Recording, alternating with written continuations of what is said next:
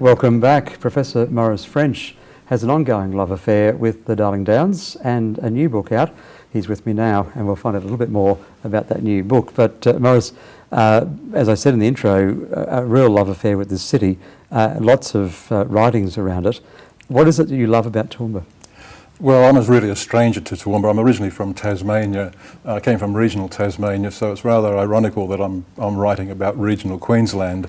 Climate's similar. The climate can be similar at certain times of the year. You can get 4 seasons in one day in both places. But Toowoomba, my interest in history in Toowoomba is really just the professional and vocational. When I was appointed here in 1975, I was given a brief by the then director to encourage an interest in local history. So I set up a local history course, developed a bibliography for the Downs, helped resuscitate a fairly moribund historical society.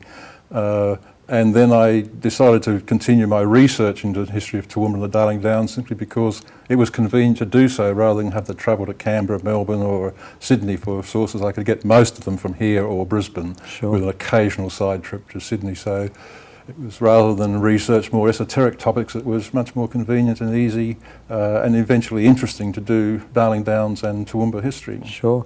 Now, it's also taken you into an interesting space with your new book when we look at the humble Lamington. Yes, indeed it has.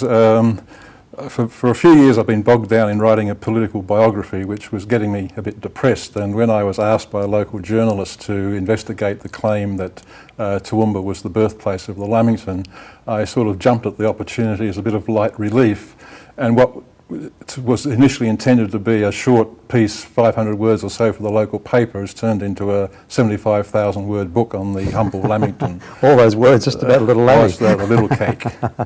So, did it come from here? Well, I won't reveal that. You'll have to buy the book to find out who's done it.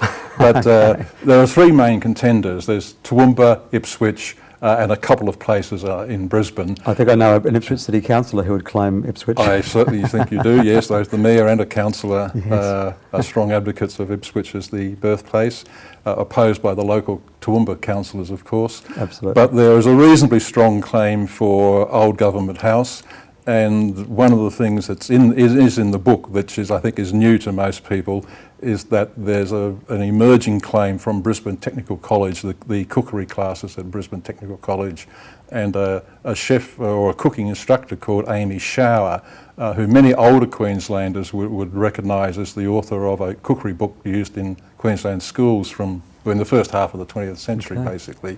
And just quickly then, if people need to find out the answer to the Lamington quiz, it's available in a number of stores around Toowoomba and in Brisbane? It's yes, in Toowoomba and Brisbane,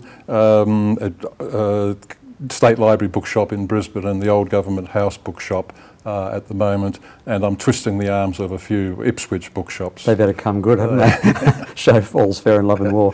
Maurice, thank you so much for joining us on the program. It's been interesting to have a chat to you.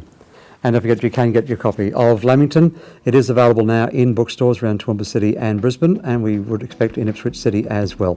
After the break, we've got some jazz, and we also talk politics with 2 young, up-and-coming pollies. Stay connected.